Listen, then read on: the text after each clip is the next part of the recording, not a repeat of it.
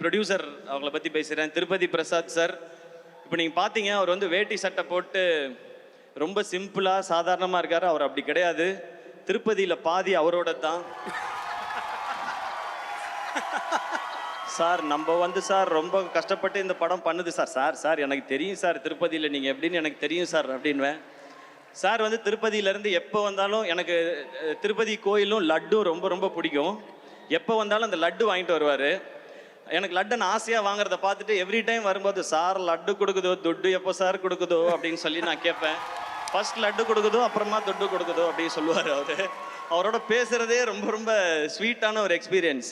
அவர் ஒரு பயங்கரமான ஆள். அது உங்களுக்கு இந்த படம்லாம் பார்த்தீங்கன்னா தெரியும். இப்படி ஒரு படத்தை இப்படி எடுக்கணும்னு நினச்சது சார். இந்த படத்துக்கு நீங்கள் செலவு பண்ணியிருக்கிறது அது எல்லாமே ஃபஸ்ட்டு பேசும்போது இந்த காம்பினேஷன் அமைக்கிறது வந்து இது மாவீரன் ஷூட்டிங் நடந்துட்டு இருக்கும்போது ஆரம்பித்தது இந்த ஜேர்னி.